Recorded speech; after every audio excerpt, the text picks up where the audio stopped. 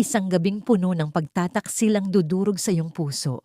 Nahuli ko ang asawa ko at ang matalik kong kaibigan sa loob mismo ng aming silid, habang ang biyenan ko ay nagdarasal sa kabilang pinto. Itinuring kitang kapatid, Talitha, pero asawa ko ay nilamon mo. Ngunit ang reyna ay babangon mula sa abo. Sino ba talaga ang tunay na anak sa likod ng lahat ng lihim na ito? Ayoko na sa'yo, Teresa. Nakakasawa na ang amoy ng kakanin at usok ng hurno na laging kumakapit sa balat mo. Nakakasawa ang pagiging perpekto mo. Si Talitha, siya ang nagbibigay sa akin ng buhay na hindi mo kailanman kayang ibigay. Ang bawat salitang binitawan ni Teodoro ay parang mga talahib na humihiwa sa kailaliman ng pandinig ni Teresa. Sa labas ng pintuan ng kanilang silid, nakatayo si Teresa habang yakap-yakap ang isang bilaon ng mainit pang bibingka. Ang bango ng sunog na dahon ng saging at ang tamis ng asukal na pula ay nanunuot sa hangin. Isang handog na inihanda niya mula pa noong madaling araw para sa kanilang ika-10 anibersaryo ng kasal. Ang kanyang mga kamay na may mga marka ng pasok mula sa hurno at mga gasgas mula sa pagkayod ng niyog ay biglang nanginig. Nawala ng lakas ang kanyang mga daliri. Ang bilaw ay dahan-dahang namulas sa kanyang pagkakahawak. Ang mga piraso ng bibingka ay nagkalat sa makintab na sahig, parang mga pangarap na biglang nadurog at nawala ng saysay. Ang puting keso at itlog na maalat na maingat niyang pinalamutian ng may pagmamahal ay naging marumi na sa ilalim ng kanyang mga paa. Walang anumang tunog ang lumabas sa kanyang bibig, ngunit ang kanyang buong pagkatao ay tila sumisigaw sa tindi ng sakit. Teo, anong sinasabi mo? Ang tinig ni Teresa ay isang pabulong na daing, halos hindi marinig, sa tindi ng panunuyo ng kanyang lalamunan. Parang may malalaking batong nakabara sa kanyang dibdib, pinipigilan ng bawat paghinga. Bumukas ng tuluyan ng pinto. Doon, nakatayo si Teodoro, suot ang kanyang mamahaling seda na robe na binili pa ni Teresa mula sa kanyang unang malaking kita sa negosyo. Sa likuran ng lalaki, anino ng isang babaeng pamilyar, si Talitha, ang kaibigang itinuring ni Teresa na kapatid. Ang babaeng pinatuloy niya sa kanyang tahanan nang ito ay mawala ng matitirhan, ay naroon. Nakabalot si Talitha sa kumot na dapat ay para lamang sa mag-asawa. Ang kanyang mga mata ay walang bakas ng hiya, kundi puno ng tagumpay. Narinig mo naman ako, hindi ba? Pagpapatuloy ni Teodoro, ang boses ay kasing lamig ng bakal. Walang bakas ng pagsisisi sa kanyang mga mata na dati ay puno ng pangako. Salamat sa pera, Teresa. Salamat sa lahat ng paghihirap mo para itayo ang Kakanin Queen at para bayaran ang mga utang ng pamilya ko. Pero sapat na yon. Sapat na ang pagiging kargador mo para sa amin. Ngayon, gusto ko namang lumigaya sa babaeng tunay na kapantay ko. Sa kabilang dulo ng madilim na pasilyo, lumitaw ang anyo ni Doña Teresita. Ang kanyang biyenan ay may hawak na rosaryo. Ang mga labi ay gumagalaw sa tahimik na panalangin.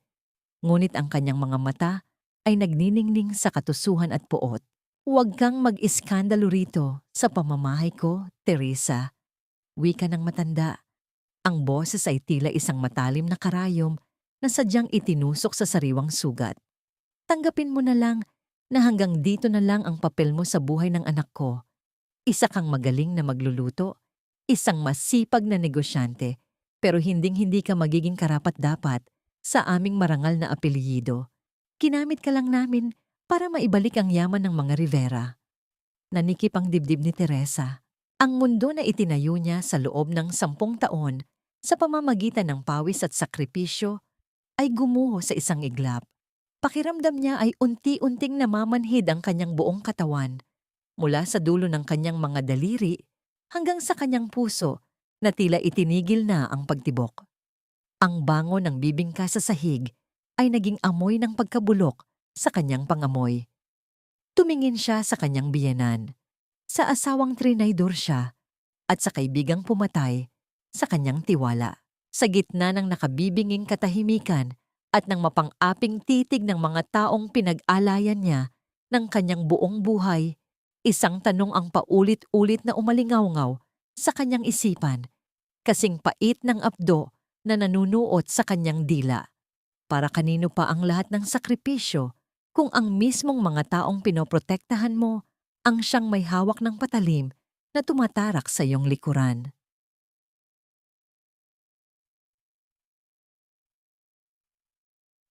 Maging mapagkumbaba ka, Teresa.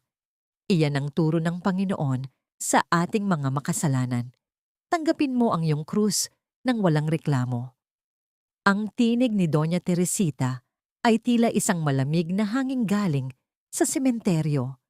Nanunuot sa bawat buto ni Teresa habang siya ay nakaluhod pa rin sa sahig, pinaliligiran ng mga durog na bibingka. Ang bawat butil ng rosaryo na hawak ng matanda ay lumilikha ng marahan at nakapaniridong tunog sa tuwing nagkakaumpugan ng mga ito. Tila ba sadyang itinatapat sa bawat tibok ng naghihingalong puso ni Teresa. Sa loob ng silid, narinig niya ang mahinang pagtawa ni Talitha, isang tawang puno ng pangungutya at pag-aari.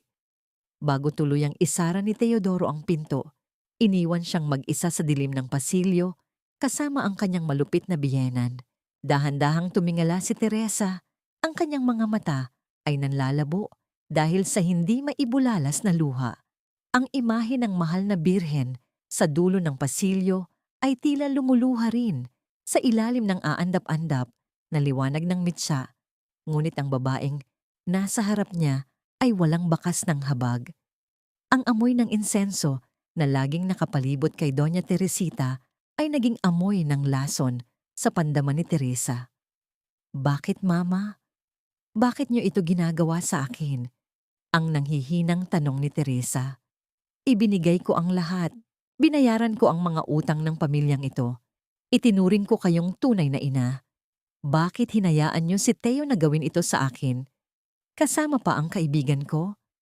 Isang mapait na ngiti ang sumilay sa mga labi ng matanda. Lumapit siya ng bahagya, sapat na para maramdaman ni Teresa ang lamig ng kanyang hininga. "Utang na loob, Teresa. Huwag mong isumbat sa amin ang perang kinita mo mula sa paglalako ng kakanin sa kalsada.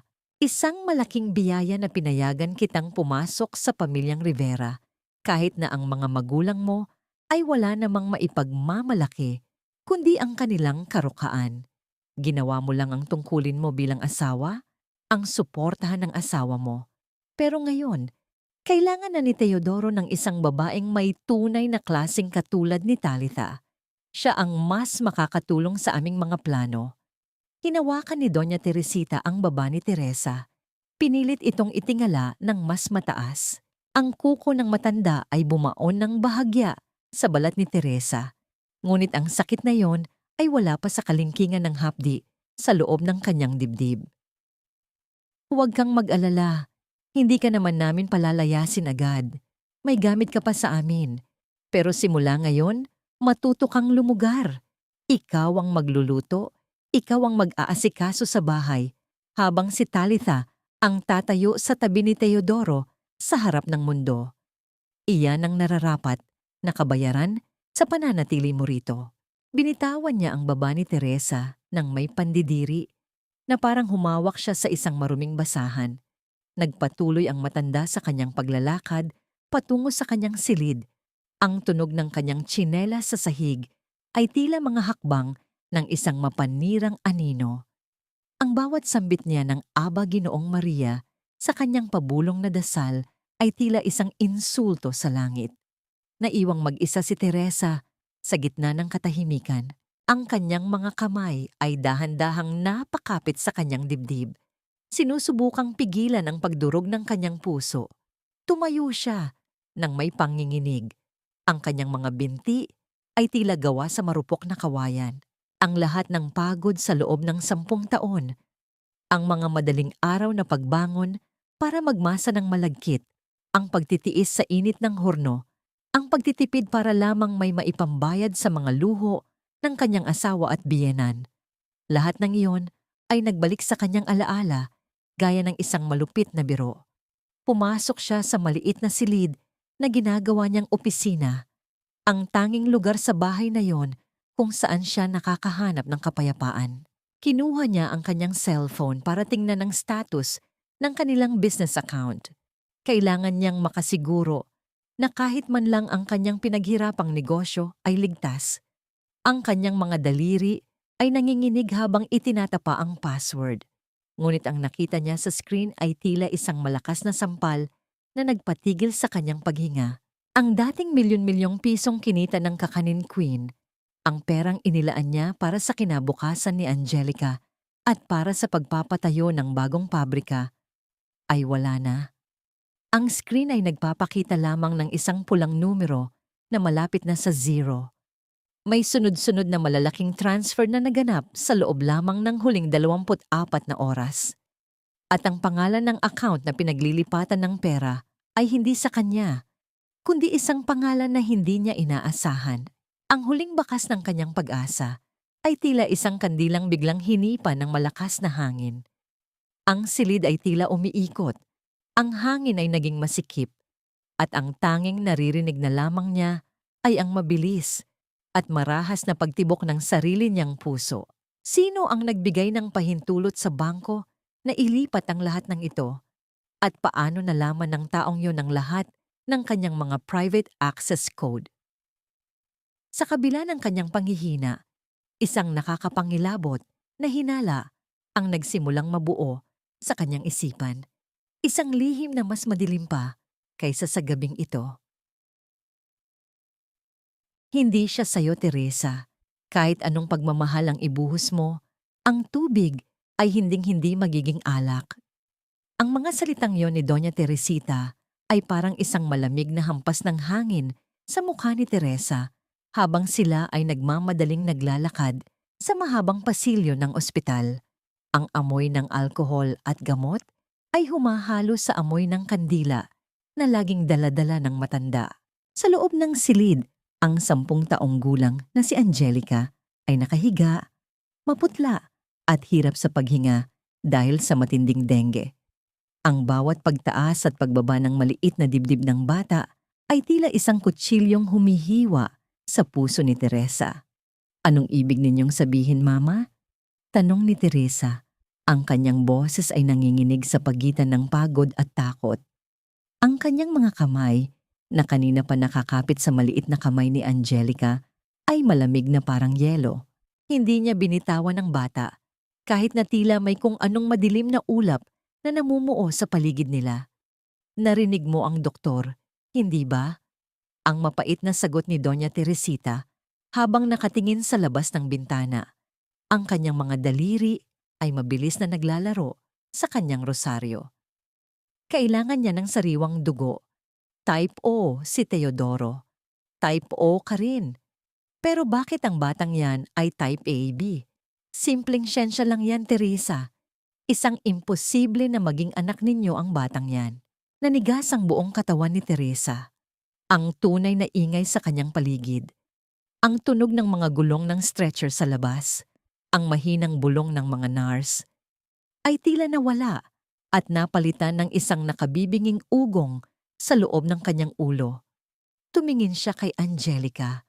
Ang mga mata ng bata na kamukhang-kamukha ng mga mata ni Talitha kapag ito ay nakapikit ay tila nagbubukas ng isang katotohanang matagal na niyang pilit na itinatago sa kanyang sarili. Hindi maaari iyan, bulong ni Teresa. Ako ang nagluwal sa kanya. Ako ang nakaramdam ng bawat sipa niya sa loob ng sinapupunan ko. Ako ang nagpuyat sa bawat lagnat niya. Paano niyo nasasabing hindi ko siya anak?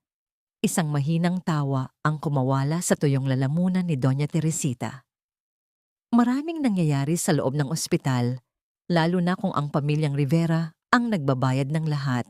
Ang akala mo ay bunga ng iyong sinapupunan ay maaaring isang kapalit lamang para sa isang pagkakamali o para sa isang mas malalim na plano. Huwag kang masyadong kampante sa pag-ibig mo sa batang yan dahil baka sa huli, ang inaaruga mo ay ang mismong patunay ng kataksilan ng asawa mo. Hindi na makahinga si Teresa. Ang silid ay tila lalong kumikipot.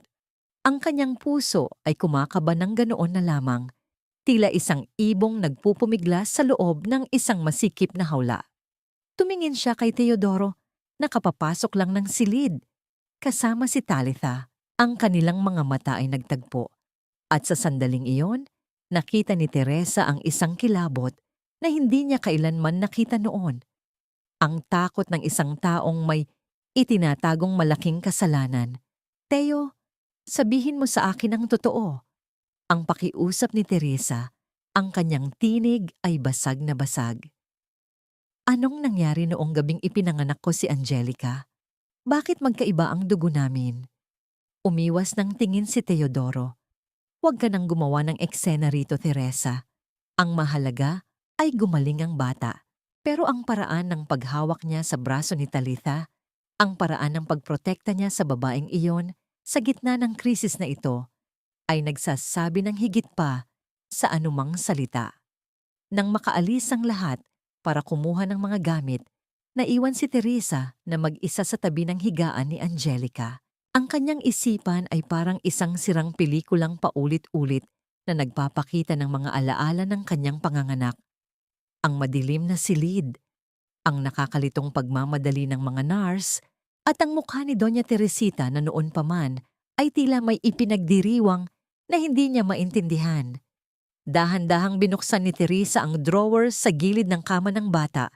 Naghahanap ng thermometer, pero sa halip na thermometer, ang kanyang kamay ay may nakapang isang lumang folder na nakasiksik sa pinakailalim. Tila sadyang itinago doon para hindi mahanap. Ibigay mo na ang lupa, Teresa. Huwag mo nang hintayin na kaladkarin ka pa namin palabas ng sarili mong pamamahay. Ang boses ni Doña Teresita ay tila isang malamig na hampas ng hangin sa gitna ng mainit na kusina ng Shuongban. Sa labas, ang araw ay matirik, ngunit sa loob ng silid na yon, tila ba nagkaroon ng sariling taglamig.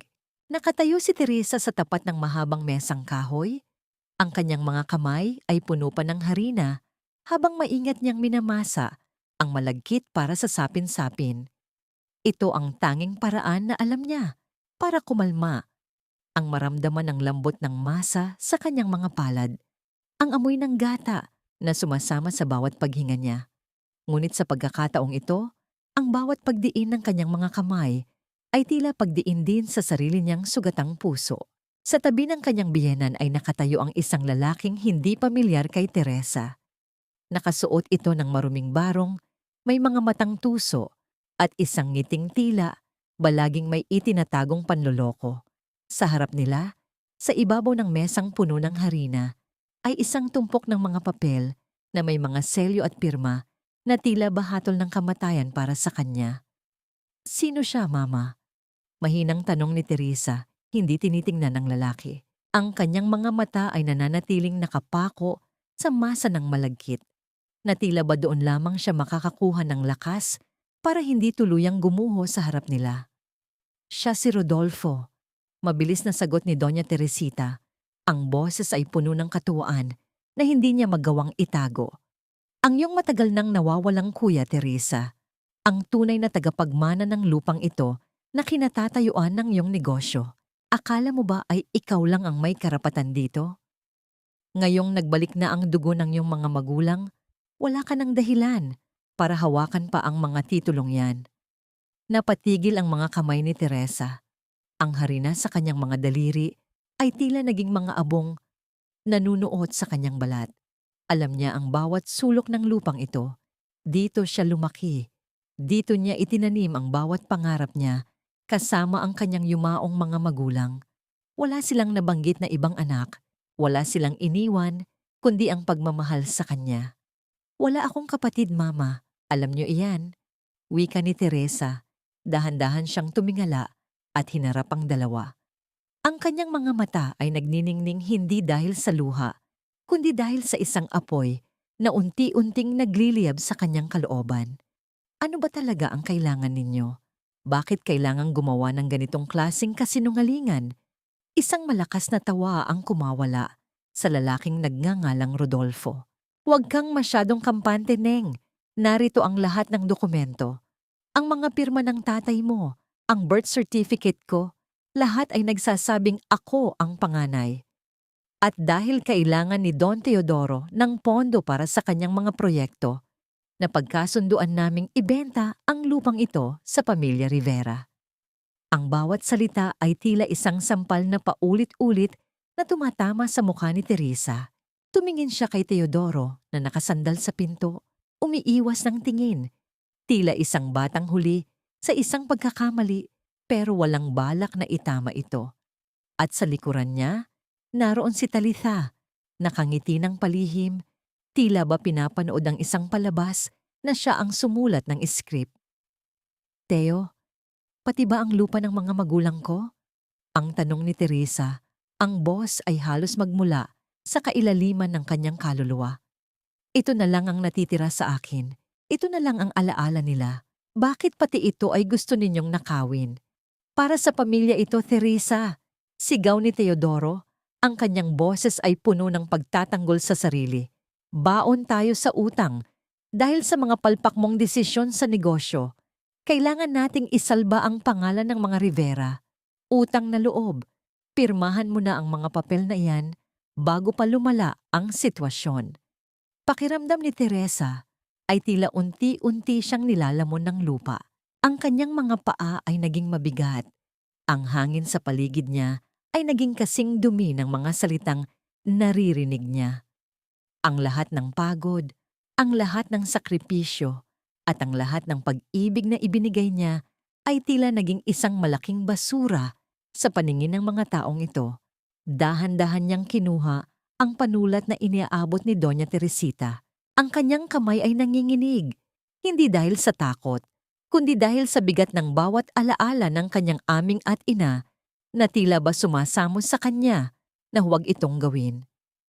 Ngunit sa gilid ng kanyang paningin, nakita niya ang isang maliit na detalye sa dulo ng birth certificate na hawak ni Rodolfo. Isang maliit na tuyong mantsa ng tinta na tila ba hindi nararapat doon. Isang matalas na kirot ang gumuhit sa kanyang isipan, isang alaala ng kanyang ama na laging nagsasabing, "Ang katotohanan, Teresa, ay parang kakanin. Gaano mo man subukang itago ang dumi, lilitaw at lilitaw ang tunay na kulay nito." Bago pa man dumapo ang panulat sa papel, isang malakas na tunog ng pagbukas ng gate ang narinig sa labas. Isang itim na sasakyan ang huminto at mula rito ay bumaba ang isang taong hindi nila inaasahan. Ang puso ni Teresa ay biglang tumibok ng mabilis. May kung anong liwanag ng pag-asa ang biglang sumilay sa gitna ng kanyang kawalan ng pag-asa. Sino ang taong ito na tila ba dumating sa pinakamadilim na sandali ng kanyang buhay? At anong kinalaman niya sa mga lihim na pilit itinatago ng pamilya Rivera? Sino ang nagpapasok sa maruming matandang iyan sa pamamahay ko? Umalis kayo rito bago ko tawagin ang mga tanod. Ang tinig ni Doña Teresita ay pumalahaw sa loob ng kusina, puno ng pandidiri at takot na tila nakakita ng isang multo mula sa nakaraan. Nanatiling nakatayo si Teresa, ang panulat ay nakalapat pa rin sa papel na magtatakwil sa kanyang kinabukasan. Ang lahat ng mata ay lumingon sa pintuan kung saan dahan-dahang pumasok ang isang matandang babae. Ang kanyang buhok ay kasing puti ng bulak. Ang kanyang balat ay tila tuyong dahon na puno ng mga ukit ng panahon. Ngunit ang kanyang mga matang tila may taglay na apoy ng katotohanan, ay direktang nakatingin kay Doña Teresita. Siya si Lola Rosa, ang dating punong tagapagsilbi sa mansyon ng mga Rivera noong bata pa si Teodoro. Ang babaeng biglang naglaho, 10 taon na ang nakalilipas matapos ipanganak si Angelica. Rosa, ang pabulong na sambit ni Doña Teresita, ang kanyang rosaryo ay halos malaglag mula sa kanyang nanginginig na mga daliri. Ang kanyang mukha na kanina ay puno ng pagmamalaki ay biglang namutla. Tila ba ang lahat ng kanyang mga panalangin ay hindi sapat para itago ang lihim na paparating. Huwag mong gamitin ang pangalan ng Diyos sa iyong mga kasinungalingan. Teresita, wika ni Lola Rosa. Ang boses ay mahina, ngunit may awtoridad na nagpatahimik sa buong silid.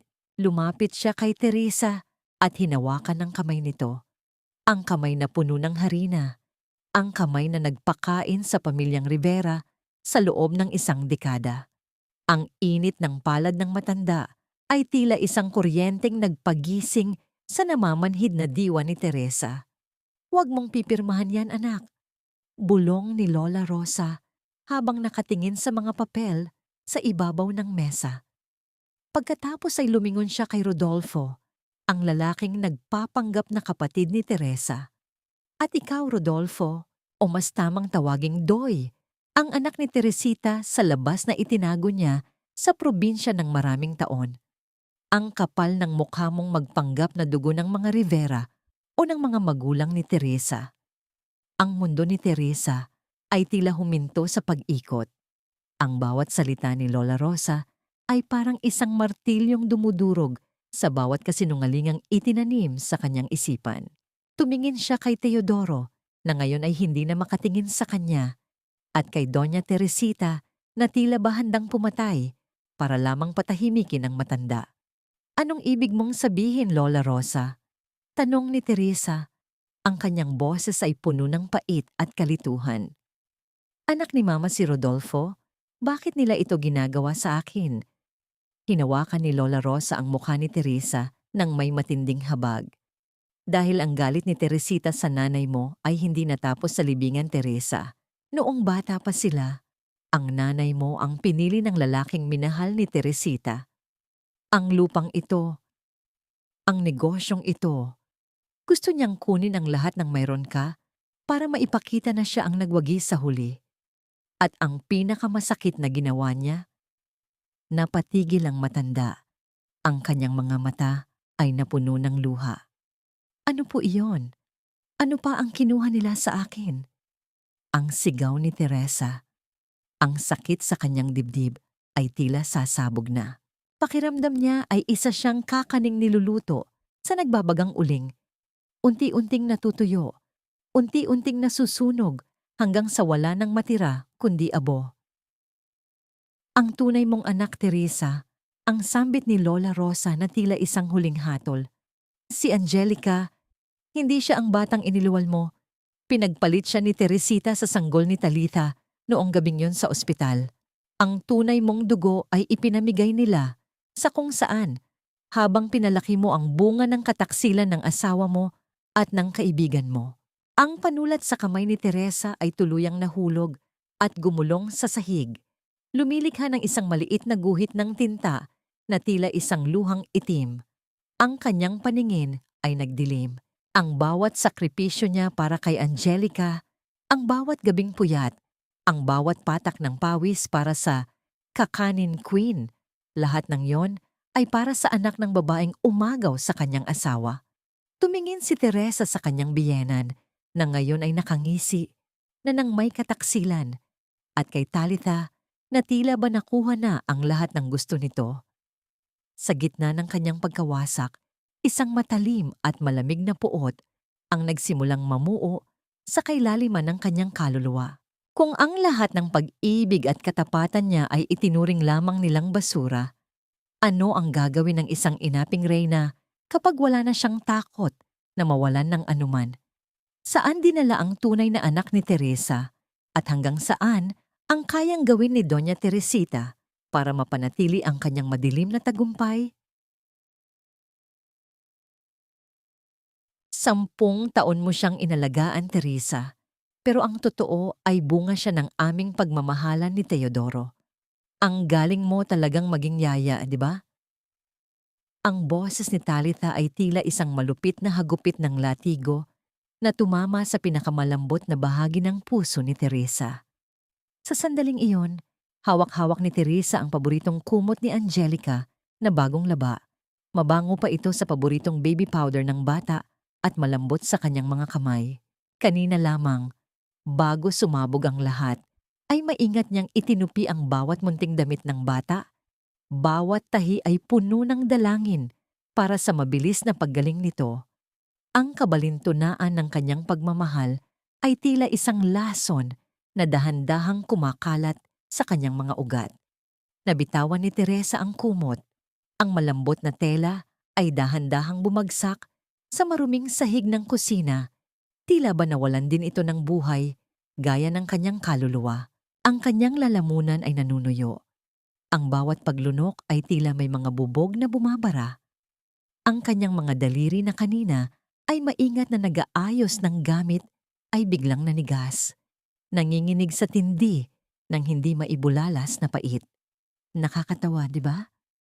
Pagpapatuloy ni Talita habang humahakbang palapit, ang kanyang mga mata ay nagniningning sa tagumpay.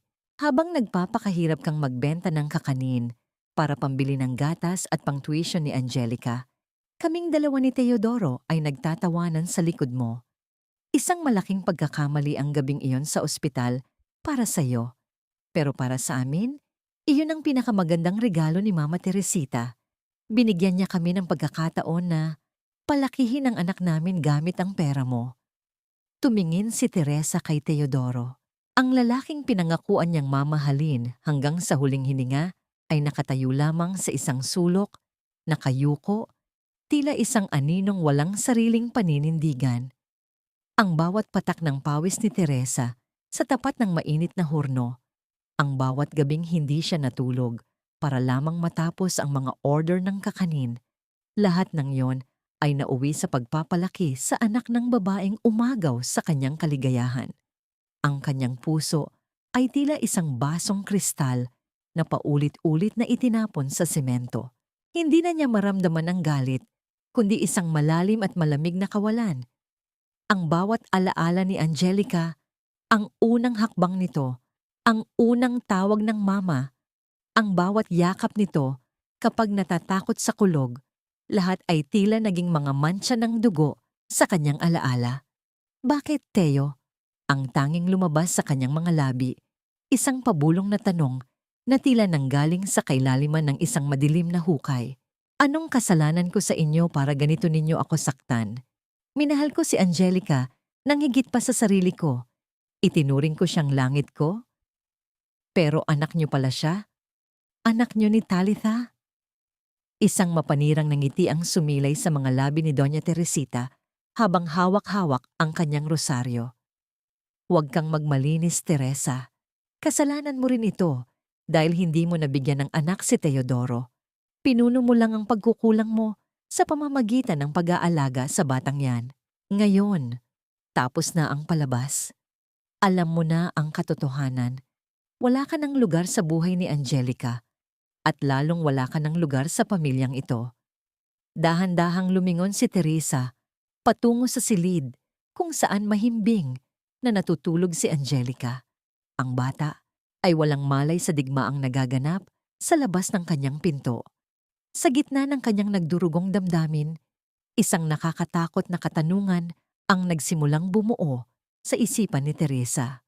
Paano ko patitingnan ang mukha ng batang ito nang hindi nakikita ang mukha ng babaeng pumatay sa aking tiwala? At nasaan ang tunay kong dugo na ipinagkait nila sa akin sa loob ng 10 taon? Ang katahimikan sa loob ng bahay ay tila isang mabigat na kumot na sumasakal kay Teresa, habang sa labas, ang langit ay nagsisimula ng magdilim, tila nakikiramay sa isang reynang nawala ng kanyang korona, ng kanyang asawa, at ngayon ay pati ng kanyang anak. Hindi sapat ang luha para hugasan ang dumi ng inyong kataksilan. Ang bawat patak nito ay magiging lason na unti-unting uubos sa inyong lahat. Ang bulong na yon ni Teresa ay hindi narinig ng sino man. Tila ba sumama lamang ito sa usok na lumalabas mula sa nagbabagang hurno sa kanyang likuran. Sa gitna ng kusina, habang ang lahat ay abala sa kani-kanilang pananabotahe, dahan-dahang kinuha ni Teresa ang isang malaking mangkok ng malagkit na kanin. Maingat niyang idinagdag ang dinikdik na luya sa gata. Ang anghang at pait nito ay tila sumasalamin sa bagong lasa ng kanyang buhay. Hindi na siya ang Teresa na madaling paiyakin. Sa bawat paghalo niya sa makapal at malagkit na biko, tila ba itinatali rin niya ang kanyang kalooban na maging kasing tibay ng bakal. Teresa, bakit nakatulala ka na naman diyan? Bilisan mo ang pagluluto dahil may mga bisita si Teodoro mamaya. Ang bulyaw ni Doña Teresita habang mabilis na pinalalagitik ang kanyang rosaryo. Ang matanda ay tila ba kampante na sa kanyang tagumpay? Iniisip na ang pananahimik ni Teresa ay tanda ng tuluyang pagsuko. Opo, Mama. Malapit na po itong matapos, sagot ni Teresa. Ang kanyang boses ay malumanay, walang bakas ng galit, isang perpektong maskara ng isang aming na asawa. Ngunit sa ilalim ng mesang kahoy, ang kanyang kabilang kamay ay mahigpit na nakakuyom. Ang kanyang mga kuko ay bumaon sa sariling palad hanggang sa makaramdam siya ng hapdi. Kailangan niyang magtiis. Kailangan niyang maging anino sa sarili niyang bahay hanggang sa mahanap niya ang bawat butas sa kuta ng mga Rivera. Nang makaalis ang matanda, mabilis na lumapit si Teresa kay Lola Rosa na nagkukunwaring naglilinis sa sulok. Lola, nahanap niyo na ba ang pangalan ng nurse na yon? Ang pabulong na tanong ni Teresa. Ang kanyang mga mata ay nagniningning sa determinasyon. Nahanap ko na, anak, pero kailangan nating mag-ingat. Maraming mata si Teresita sa labas. Sagot ng matanda. Iniabot ang isang maliit na papel na nakatiklop ng maigi. Huwag kang mag-alala, Teresa. Ang katotohanan ay parang amoy ng kakanin sa madaling araw. Hindi mo ito maitatago kahit anong gawin mo. Isang mapait na ngiti ang sumilay sa mga labi ni Teresa habang tinitikman ang nilulutong kakanin. Ang tamis ng asukal at ang anghang ng luya ay nag-aaway sa kanyang dila, tila ba nagbibigay ng babala sa darating na bagyo. Dahan-dahan niyang inilabas ang kanyang lumang notebook ng mga recipe, ngunit sa likod nito ay nakatago ang mga listahan ng mga ari-arian, mga utang ni Teodoro, at ang mga kahina-hinalang transfer sa account ni Talitha. Mama, gusto ko po ng biko. Ang mahinang tinig ni Angelica mula sa pintuan ay tila isang palasong tumarak sa puso ni Teresa. Tumingin siya sa bata. Ang batang inalagaan niya ng 10 taon. Ang batang bunga ng pagtataksil ng kanyang asawa. Ang kanyang kamay ay napatigil sa ere. Gusto niyang yumakap, gusto niyang umiyak, pero ang nakikita niya sa mga mata ng bata ay ang mukha ni Talitha. Sandali lang, anak. Maluluto na ito. Wika ni Teresa, ang kanyang boses ay gumaralgal ng bahagya. Pinilit niyang ngumiti. Isang ngiting kasing pait ng sunog na asukal. Sa kabilang silid, narinig ni Teresa ang mahinang pagbukas ng drawer. Alam niyang nandoon si Teodoro, naghahanap ng kung anong ebidensya o baka tinitingnan ng kanyang cellphone. Ang katahimikan ni Teresa ay nagsisimulang magtanim ng binhi ng takot sa puso ng kanyang asawa. Isang malakas na tunog ng pagsasara ng pinto ang narinig, kasunod ng mabibigat na hakbang ni Teodoro patungo sa kusina. Teresa, bakit ang tahimik mo yata nitong mga nakaraang araw? May itinatago ka ba sa akin? Ang tanong ni Teodoro. Ang kanyang mga mata ay puno ng pagduda habang nakatingin sa kanyang asawang abala sa pagluluto. Chuong Tam, matamis na bitag, ang pagguho ng alyansa ng mga mapagkunwari. Ang kataksilan ay parang lason na inihalo sa matamis na kakanin. Hindi mo mapapansin ang pait hanggang sa huli na ang lahat. Nakatayo si Teresa sa dilim ng pasilyo, pinapanood ang anino ni Talitha at Doña Teresita na nag-aaway sa loob ng library. Ang boses nila ay pabulong, ngunit puno ng puot, tila ba dalawang asong nag-aagawan sa iisang buto. Sinadya ni Teresa na iwanan ng isang pekeng dokumento ng bangko sa ibabaw ng mesa. Isang sulat na nagsasabing ang lahat ng pera ng kakanin queen ay inilipat na sa isang account na tanging si Doña Teresita lang ang may hawak. Akala ko ba ay maghahati tayo, Mama Teresita? Bakit sa inyo lang napunta ang huling milyon ni Teresa? Ang gigil na tanong ni Talitha. Ang kanyang ganda ay tila nabahira ng itim na tinta dahil sa kasakiman. Ako ang nagsakripisyo dito. Ako ang tumagal sa tabi ni Teodoro para makuha ang tiwala ni Teresa. Isang malakas na tunog ng pagtama ng kamay sa pisngi ang narinig sa loob ng silid, kasunod ng isang nakakangilong katahimikan. Huwag mo akong pagsalitaan ng ganyan, Talitha. Isang hamak na kulasisi ka lang na pinatuloy ko rito para magamit laban sa babaeng iyon. Huwag mong kalilimutan na hawak ko ang kapalaran mo at ng anak mo. Ang bulyaw ni Doña Teresita, ang kanyang boses ay tila isang matalim na kutsilyong humihiwa sa hangin. Sa labas, isang malamig na ngiti ang gumuhit sa mga labi ni Teresa. Ang bitag ay nagsisimula ng kumagat. Ang pag-ibig at katapatan na wala sa mga taong ito ay madaling mapapalitan ng hinala at galit kapag pera na ang pinag-uusapan. Dahan-dahan niyang inilabas ang kanyang cellphone at sinimulang i-record ang bawat salitang lumalabas sa kanilang mga bibig. Ang bawat pagtataksil nila sa isa't isa ay magiging bala ni Teresa para sa kanyang huling pag-atake. Mama, bakit po kayo nag-aaway?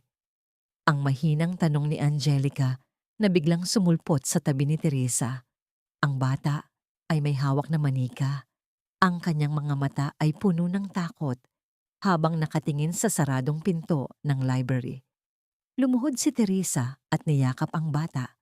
Sa kabila ng lahat, sa kabila ng katotohanang hindi niya ito dugo, hindi niya kayang tiisin ang takot sa mga mata ni Angelica. Huwag kang matakot, anak. Matulog ka na. May inaasikaso lang sila lola. Bulong ni Teresa habang hinahaplos ang buhok ng bata. Ang kanyang puso ay tila nahahati sa dalawa. Ang poot para sa mga magulang ng bata at ang habag para sa inosenteng kaluluwang ito. Nang makaalis si Angelica, bumalik ang atensyon ni Teresa sa silid. Narinig niyang muli ang boses ni Rodolfo, ang lalaking nagpapanggap na kanyang kuya. Teresita, nasaan ang bayad ko? Sabi mo ay bibigyan mo ako ng sapat na pera para makapagsugal sa Maynila kapag nakuha na natin ang lupa. Hindi ako pwedeng maghintay ng matagal. Tumahimik ka, Rodolfo. Darating ang pera kapag napirmahan na ni Teresa ang huling papel. Ang sagot ng matanda, ngunit ang kanyang boses ay nanginginig na rin sa kaba. Mabilis na tumalikod si Teresa nang marinig niyang bubuksan ang pinto. Naglakad siya patungo sa dilim ng hardin. Ang kanyang mga hakbang ay tila mga anino sa damuhan. Doon, sa ilalim ng matatandang puno ng mangga, naghihintay ang isang lalaking may dalang video camera, ang tauhan ng kanyang kaibigang abogado. Nakuha mo ba? Tanong ni Teresa. Ang boses ay matigas na parang bato. Lahat, Teresa. Mula sa pag-abot ng pera ni Doña Teresita kay Rodolfo hanggang sa pag-amin nila sa plano laban sa iyo. Sagot ng lalaki. Tumingala si Teresa sa langit. Ang buwan ay nakatago sa likod ng makakapal na ulap. Tila ba naghahanda rin sa isang malakas na buhos ng ulan. Isang malalim na buntong hininga ang kumawala sa kanyang dibdib. Ang lahat ng paghihirap, ang lahat ng pait, at ang lahat ng panlalait na tinanggap niya ay malapit na ring magkaroon ng katapusan. Ngunit sa kalagitnaan ng kanyang pag-iisip, isang malakas na sigaw ang narinig mula sa loob ng bahay. Isang tunog ng nabasag na salamin at ang paghingi ng saklolo ni Angelica ang bumasag sa katahimikan ng gabi. Ang puso ni Teresa ay tila tumigil sa pagtibok. Anong nangyayari sa loob? At sapat ba ang kanyang mga ebidensya para iligtas ang bata mula sa kapahamakang idinudulot ng sarili nitong kadugo?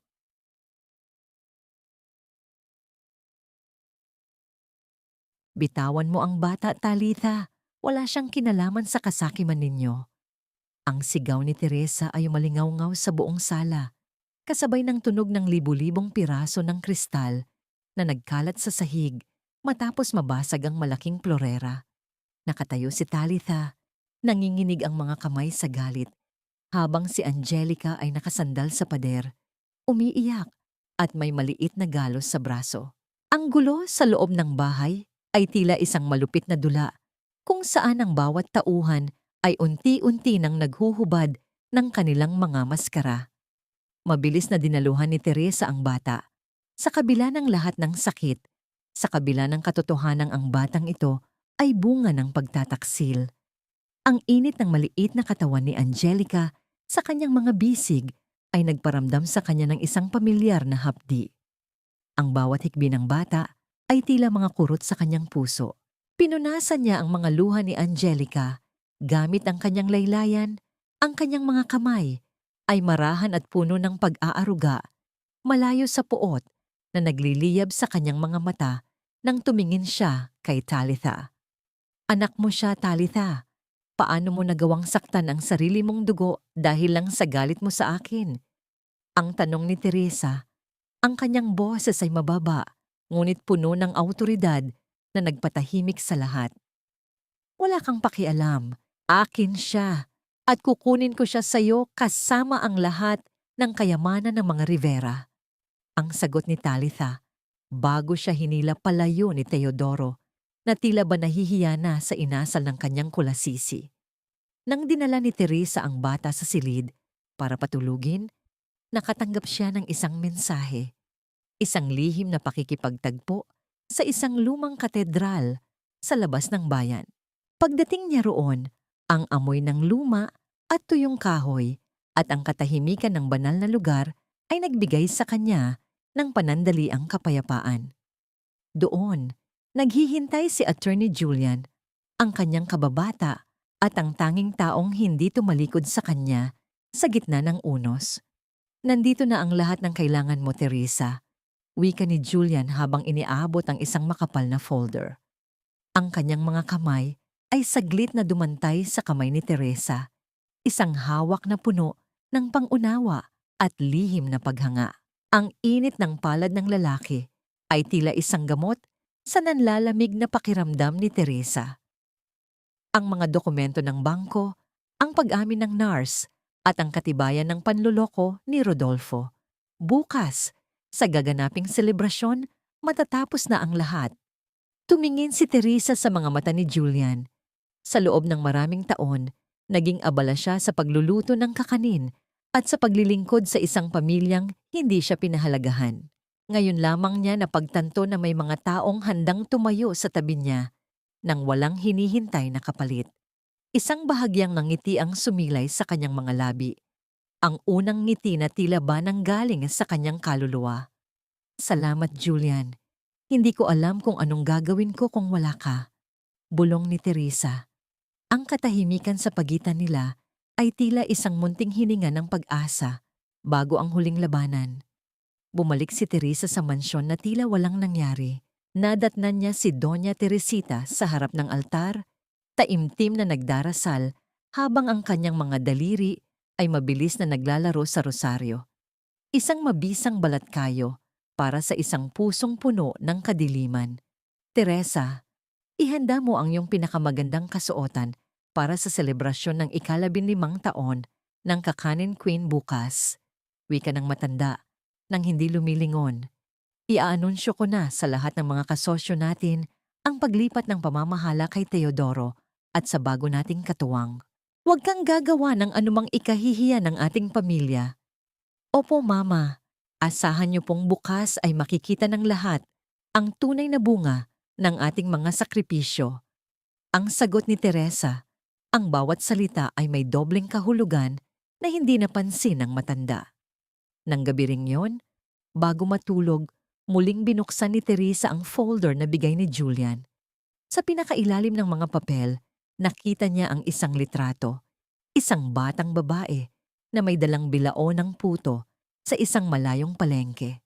Ang mga mata ng bata ay may katatagan na katulad ng sa kanya, ang kanyang tunay na anak, ang kanyang dugong ipinagkait. Ang kanyang puso ay tila sasabog sa tindi ng pananabik at pait.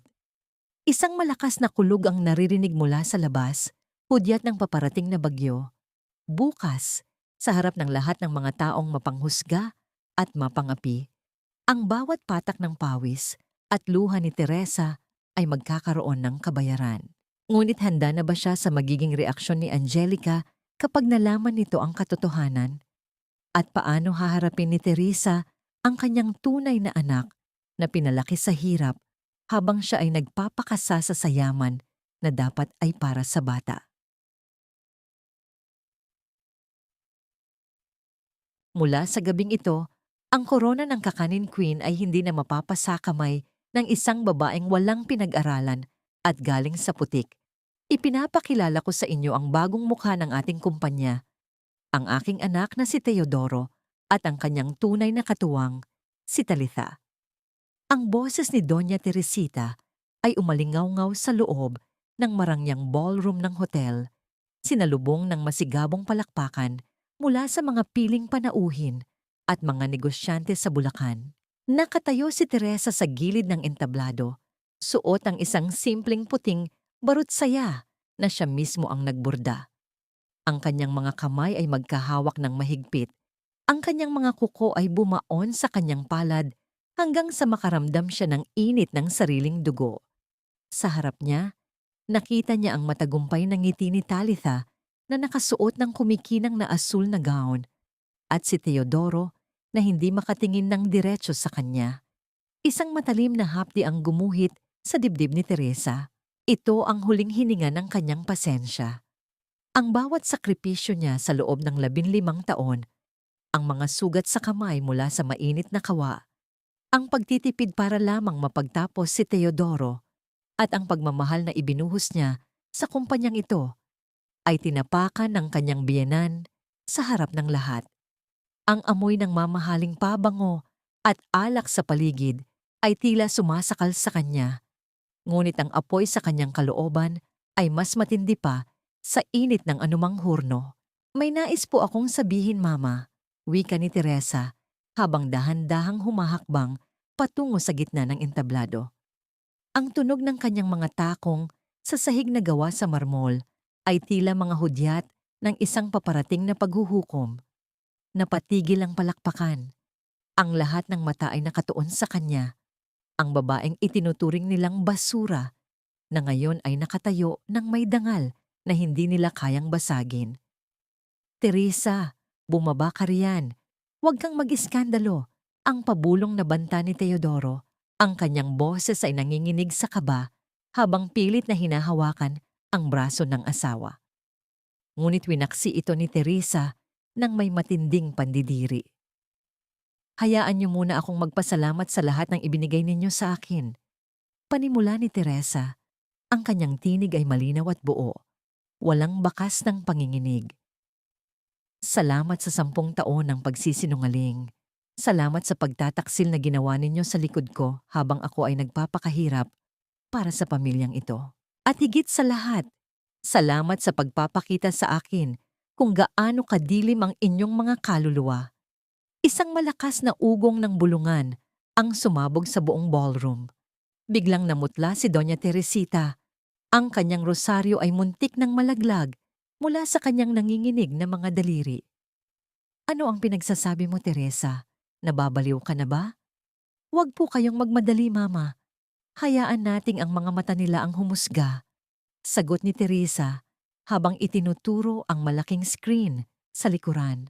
Sa isang iglap, ang video ng kasaysayan ng kumpanya ay napalitan ng isang malinaw na footage mula sa security camera ng library. Ang boses ni Doña Teresita na nag-uutos kay Rodolfo na palsipikahin ang titulo ng lupa ay umaling-awngaw sa buong silid. Kasunod nito ay ang record ng bangko na nagpapakita ng paglilipat ng pera patungo sa account ni Talitha. At ang pinakamasakit sa lahat, ang DNA test result ni Angelica na may kalakip na pag-amin ng nurse tungkol sa pagpapalit ng mga sanggol 10 taon na ang nakalilipas. Ang katahimikan sa loob ng ballroom ay naging kasing bigat ng isang sementeryo. Ang bawat panauhin ay nakatingin sa screen ng may pandidiri at gulat. Si Talitha ay napaupo sa sahig. Ang kanyang mukha ay nabahiran ng itim na maskara dahil sa biglaang pag-iyak ng takot. Si Teodoro naman ay tila isang rebultong hindi makagalaw, habang si Doña Teresita ay pilit na sumisigaw na itigil ang palabas, ngunit walang sino man ang nakikinig sa kanya. Dahan-dahang hinubad ni Teresa ang kanyang singsing sa kasal. Tiningnan niya ito sa huling pagkakataon. Isang simbolo ng pangakong binuo sa buhangin. Binitawan niya ang singsing at hinayaan itong mahulog sa loob ng baso ng wine na hawak ni Teodoro. Ang tunog ng pagtama ng ginto sa kristal ay tila ang huling tuldok sa kanilang pagsasama.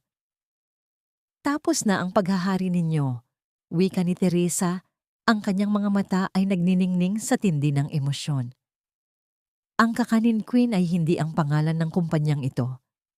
Ang Kakanin Queen ay ako, ang bawat patak ng pawis at pagmamahal na itinanim ko sa lupang sinubukan ninyong nakawin.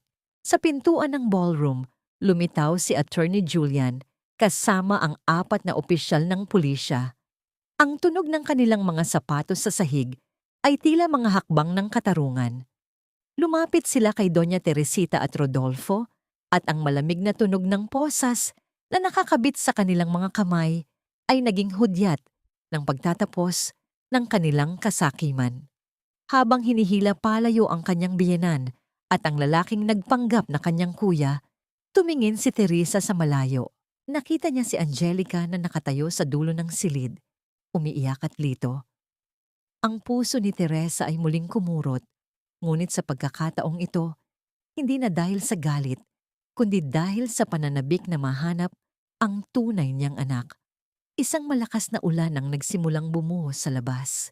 Tila hinuhugasan ng lahat ng dumi at sakit ng gabing iyon. Naglakad si Teresa palabas ng ballroom, hindi lumingon sa mga taong sumira sa kanyang buhay. Sa bawat hakbang niya, nararamdaman niya ang bigat na unti-unting nawawala sa kanyang balikat. Ngunit sa gitna ng kanyang tagumpay, isang tanong ang nananatiling nakatatak sa kanyang isipan. Matapos ang lahat ng ito, handa na ba siyang harapin ang batang pinalaki sa hirap? Ang tunay na bunga ng kanyang pag-ibig na matagal nang nawawala? Ang katarungan ay hindi laging matamis na parang asukal.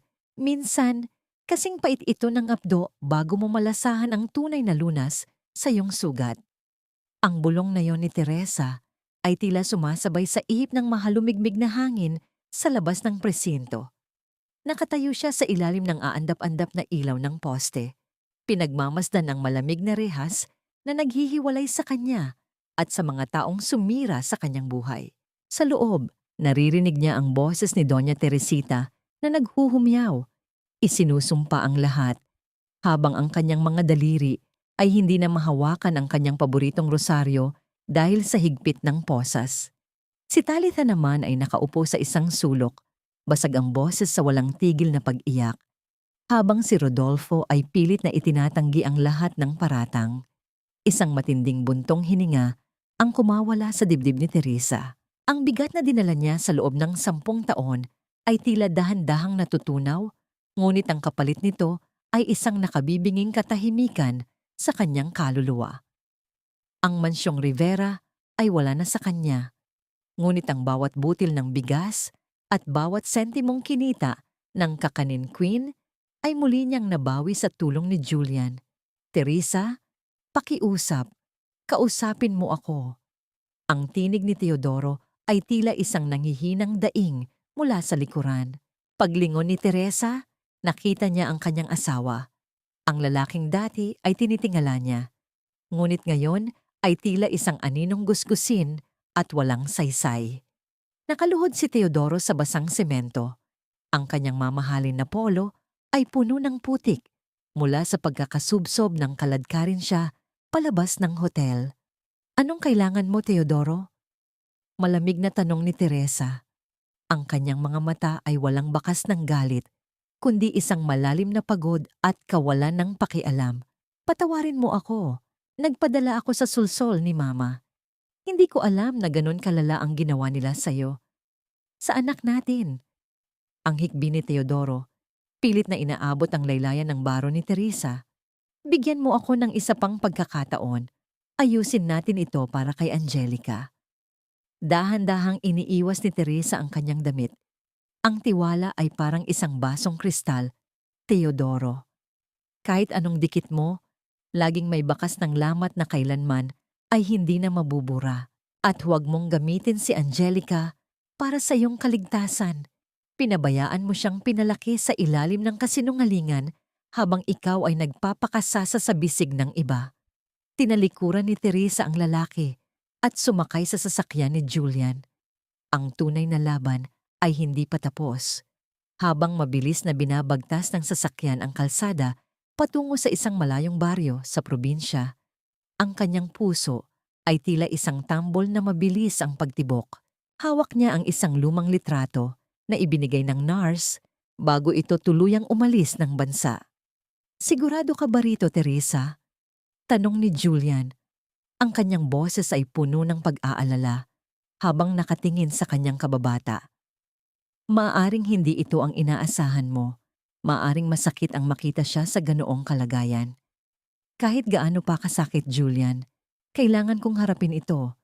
10 taon siyang nawala sa akin. 10 taon siyang lumaki sa hirap habang ang anak ng kaibigan ko ang tinatrato kong reyna."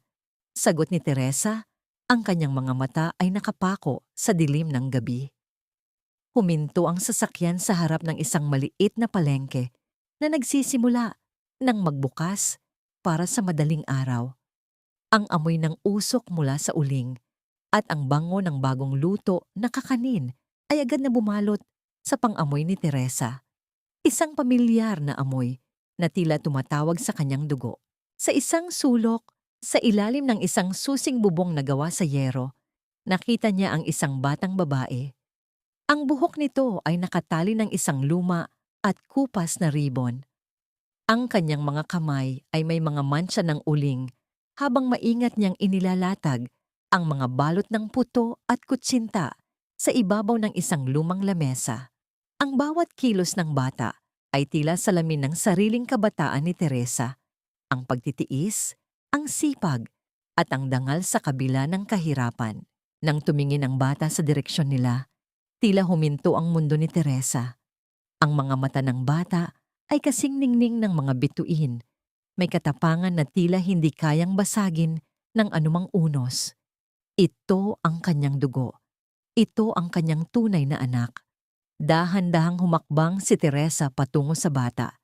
Ang bawat pagtapak niya sa maputik na lupa ay tila isang hakbang patungo sa kanyang muling pagsilang. Ang kanyang lalamunan ay nanunuyo. Ang kanyang puso ay tila sasabog na sa pananabik. "Neng, anong pangalan mo?" Ang pabulong na tanong ni Teresa. Ang kanyang boses ay nanginginig sa tindi ng emosyon. Tumingin ang bata sa kanya. Isang mapait na ngiti ang sumilay sa mga labi nito. "Mayumi po, ma'am. Gusto niyo po ba ng puto? Masarap po ito.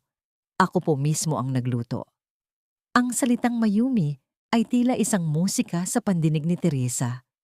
Ngunit bago pa siya makapagsalita muli, isang grupo ng mga lalaking mukhang maniningil ng utang ang biglang lumapit sa pwesto ng bata. Ang tunog ng kanilang mabibigat na hakbang at ang marahas na pagbagsak ng kanilang mga kamay sa lamesa ni Mayumi ay nagpabalik kay Teresa sa isang malupit na realidad. "Nasaan ang bayad ng nanay mo, bata? Sabi namin ay ngayon na ang deadline." Ang sigaw ng isa sa mga lalaki habang tinatapon ang mga paninda ni Mayumi sa lupa. Ang mga puto at kutsinta na maingat na inihanda ng bata ay nagkalat sa putik, tila ba inuulit ang tagpo noong gabing nadurog ang bibingka ni Teresa. Ang puso ni Teresa ay biglang nag-alab. Hindi siya papayag na muling may manakit sa kanyang dugo.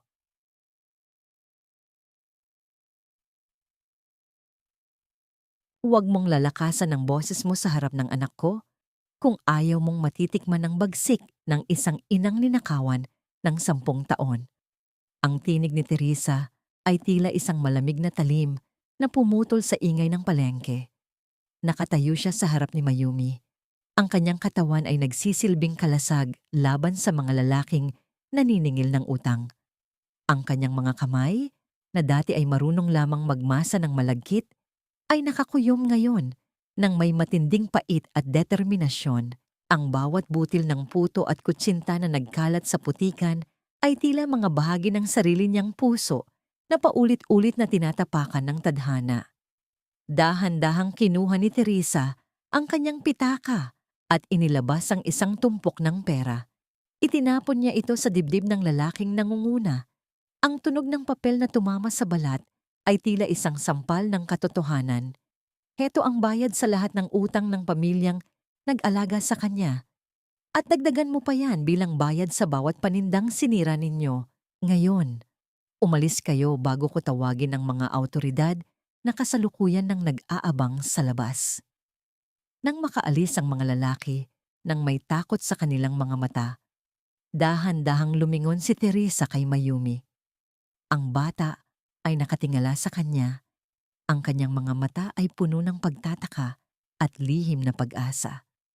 Ang panginginig ng mga labi ni Mayumi ay tila isang musika na matagal nang hinahanap ni Teresa. Bakit niyo po ako tinulungan, ma'am? Ang pabulong na tanong ni Mayumi habang pinupunasan ang kanyang maruming kamay sa kanyang kupas na tapis. Hindi nakapagsalita agad si Teresa. Ang bawat patak ng ulan na nagsisimulang pumatak sa kanilang paligid ay tila mga luhang hindi na niya kayang pigilan. Lumuhod siya sa harap ng bata. Hindi alintana ang putik na dumidikit sa kanyang mamahaling baro. Hinawakan niya ang mukha ni Mayumi. Ang mukhang kasing ganda ng umaga, ang mga matang kasing ningning ng mga pangarap na itinanim niya sa bawat kakaning inilako niya noon. Mayumi, ako ito. Ako ang tunay mong ina. Ang sambit ni Teresa, ang kanyang boses ay basag na basag sa tindi ng emosyon. Inilabas niya ang maliit na sapatos na itinatago niya sa loob ng 10 taon. Ang kabiyak ng sapatos na suot-suot ni Mayumi nang ito ay ipamigay ni Doña Teresita. Ang katahimikan sa pagitan nila ay tila isang mahabang tulay na unti-unting nabubuo. Nang mapagtanto ni Mayumi ang katotohanan, ang kanyang maliit na katawan ay tila nawalan ng lakas at dahan-dahang sumubsob sa balikat ni Teresa. Ang tunog ng pag-iyak ng bata ay tila isang huling hiyaw ng lahat ng hirap at pangungulila na naranasan nila sa magkahiwalay na mundo. Mama, mama ko po kayo? Ang tanong ni Mayumi sa gitna ng kanyang mga hikbi. Hinakap siya ni Teresa ng ganoon na lamang kahigpit, tila ba natatakot na muling mawala ang kanyang tunay na dugo. Ang bango ng usok at malagkit sa buhok ng bata ay naging amoy ng langit para sa kanya. Sa sandaling iyon, ang lahat ng yaman ng mga Rivera, ang lahat ng kataksilan ni na Teodoro at Talitha, at ang lahat ng pait ng nakaraan ay tila naglaho na. Ang tanging mahalaga ay ang init ng yakap ng kanyang tunay na anak. Makalipas ang 1 taon, ang Kakanin Queen ay muling nagbukas, ngunit sa pagkakataong ito, hindi na ito isang kumpanya ng kasakiman. Ang bagong tindahan ay tinawag na ang 2 prinsesa ng kakanin. Sa loob ng Shuongban, masayang nagluluto si Teresa kasama sina Mayumi at Angelica. Pinili ni Teresa na manatili pa rin si Angelica sa kanya dahil alam niyang ang bata ay inosenteng biktima rin ng mga pagkakamali ng mga magulang nito. Mama, luto na po ang sapin-sapin. Ang bango po. Ang sigaw ni Mayumi habang maingat na inilalabas ang makulay na kakanin mula sa hurno. Mabuti anak, ihanda nyo na yan para sa mga batang ampunan na bibisita sa atin mamaya. Sagot ni Teresa habang may malapad na ngiti sa kanyang mga labi. Ang kanyang mga mata ay puno ng kapayapaan na kailanman ay hindi niya naramdaman noon. Sa labas ng tindahan, nakita niya si Teodoro na nakatayo, malayo at tila isang pulubi na naghahanap ng mumo ng kanyang nakaraan. Ngunit hindi na siya nilapitan ni Teresa. Ang bawat sugat ay naghilom na, hindi dahil sa paglimot, kundi dahil sa pagtanggap na ang tunay na kaligayahan ay hindi matatagpuan sa yaman, kundi sa katapatan at pagmamahal ng pamilyang handang lumaban para sa iyo. Dahan-dahang kumuha si Teresa ng isang piraso ng sapin-sapin at ibinigay ito kay Mayumi. Ang tamis ng kakanin ay tila isang simbolo ng kanilang bagong simula. Isang tamis na walang halong pait, isang pagmamahal na kasing tibay ng malagkit, at isang dangal na mananatiling nagniningning sa bawat henerasyon. Ang bawat patak ng ulan sa bubong ay tila isang palakpakan ng langit para sa reynang muling nabuo ang korona. Isang koronang gawa sa sakripisyo, katatagan, at walang hanggang pag-ibig ng isang ina. Ang bawat hiwa ng kakanin ay parang bawat kabanata ng aking buhay. May matamis, may malagkit, at may mga bahaging sadyang nasunog sa tindi ng apoy. Ngunit sa huli, ang lahat ng ito ay naging isang buong obra ng pag-asa. Ang simoy ng hanging madaling araw sa Bulacan ay may dalang amoy ng bagong luto na puto bumbong at bibingka, isang halimuyak na tila mga panalangin sa wakas ay dininig ng langit. Nakatayo si Teresa sa tapat ng malaking bintana ng kanyang bagong syuongban, pinagmamasdan ng unti-unting paglabas ng araw sa abot tanaw. Ang kanyang mga kamay, na dati ay puno ng sugat at paltos mula sa pagtatrabaho para sa mga taong hindi siya pinahalagahan, ay malinis na at may hawak na isang mainit na tasa ng tsokolate. Sa kabilang dulo ng silid, naririnig ang mahinang tawanan ni Mayumi at Angelica. Ang dalawang bata ay abala sa pag-aayos ng mga makukulay na balot ng sapin-sapin. Si Mayumi sa kanyang katatagan at si Angelica sa kanyang inosenteng pagtanggap ay naging magkatuwang na sa buhay ni Teresa. Hindi naging hadlang ang dugo para sa pagmamahal na itinanim ni Teresa sa puso ng dalawang bata. Pinili niyang yakapin si Angelica sa kabila ng katotohanang anak ito ng kanyang mga kaaway dahil alam niyang ang pag-ibig ay hindi pinipili ang pinagmulan, kundi ang patutunguhan. Mama, tignan niyo po, ang ganda ng pagkakaayos ni Angelica sa mga box. Ang masayang tawag ni Mayumi, ang kanyang mga mata ay nagniningning sa tindi ng pagmamahal sa kanyang kapatid. Lumapit si Teresa at hinalikan ang noo ng dalawang bata. Isang malalim na kapayapaan ang bumalot sa kanyang buong pagkatao. Sa loob ng isang taon, natutunan niyang ang tunay na pagpapatawad ay hindi ang paglimot sa sakit, kundi ang pagpapakawala sa bigat na pumipigil sa iyong muling paglipad. Pinatawad na niya si Teodoro, hindi dahil karapat-dapat ito, kundi dahil kailangan ng kanyang puso ang puwang para sa mga bagong alaala kasama ang kanyang mga anak. Si Teodoro ay nananatili na lamang na isang malabong gunita, isang lalaking nawalan ng lahat dahil sa kawalan ng paninindigan. Sina Doña Teresita at Talitha ay patuloy na nagbabayad sa likod ng mga rehas. Ang kanilang kasakiman ay naging sarili nilang bilangguan, malayo sa karangyaan at kapangyarihang pilit nilang ninakaw mula kay Teresa. Ang bawat butil ng kakanin na ipinagdamot nila ay naging simbolo ng kanilang sariling pagbagsak. Handa na po ba kayo, Mama? Marami na pong nag-aabang sa labas para sa ating grand reopening. Ani Mayumi, habang hawak ang kamay ni Teresa. Handa na ako, anak. Handa na tayong ipakita sa kanila ang tunay na lasa ng tagumpay. Sagot ni Teresa nang may matibay na determinasyon sa pagbubukas ng mga pinto ng Ang Dalawang Prinsesa ng Kakanin. Sinalubong sila ng palakpakan at masisayang mukha ng mga taong nakasaksi sa kanyang pagbagsak at muling pagbangon. Ang bawat kakanin na kanilang inilalako ay hindi lamang pagkain, kundi isang kwento ng isang babaeng nagmula sa putik, tinapakan ng mga mapangapi, ngunit muling tumayo bilang isang reyna, hindi dahil sa yaman, kundi dahil sa busilak na puso at matatag na kaluluwa. Ang aral na iniwan ni Teresa sa bawat naniniwala sa kanya ay simple lamang. Ang buhay ay parang pagluluto ng kakanin. Kailangan ng sapat na init, tamang sangkap, at mahabang pasensya. At sa huli, gaano man ito kalagkit o kahirap gawin, ang bawat hirap ay mapapalitan ng tamis na hinding-hindi na makukuha ng sino man sayo. Dito nagtatapos ang kwento ng Kakanin Queen. Isang paglalakbay mula sa pait ng kataksilan patungo sa walang hanggang tamis ng pag-ibig at katarungan. At sa huling patak ng ulan na yon, natagpuan ni Teresa ang tunay na tamis ng buhay na hinding-hindi na muling mananakaw ng sinuman. Maraming salamat sa inyong paglalakbay kasama ko hanggang sa huling yugto ng kwentong ito.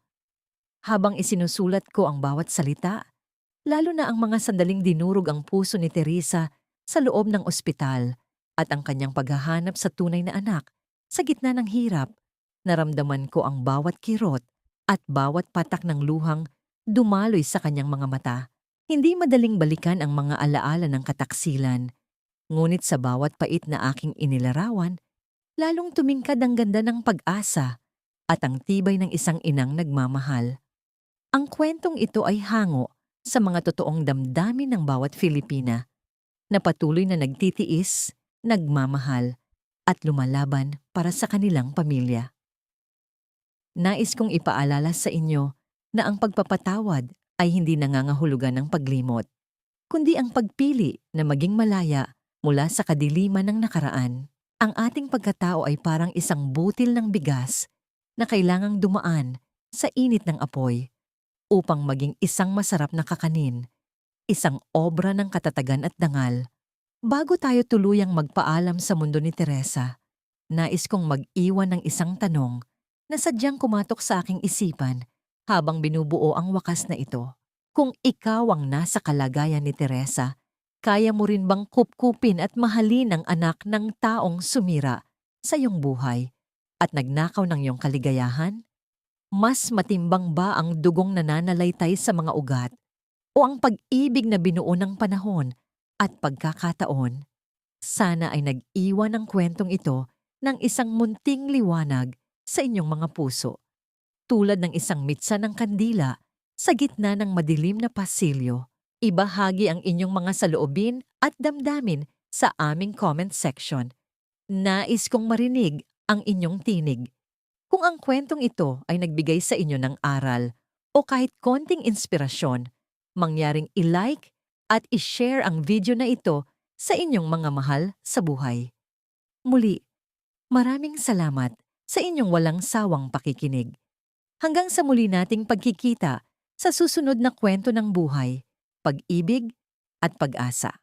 Manatiling matatag at laging tandaan na pagkatapos ng pinakamalakas na ulan, laging may pagsikat ng araw na naghihintay.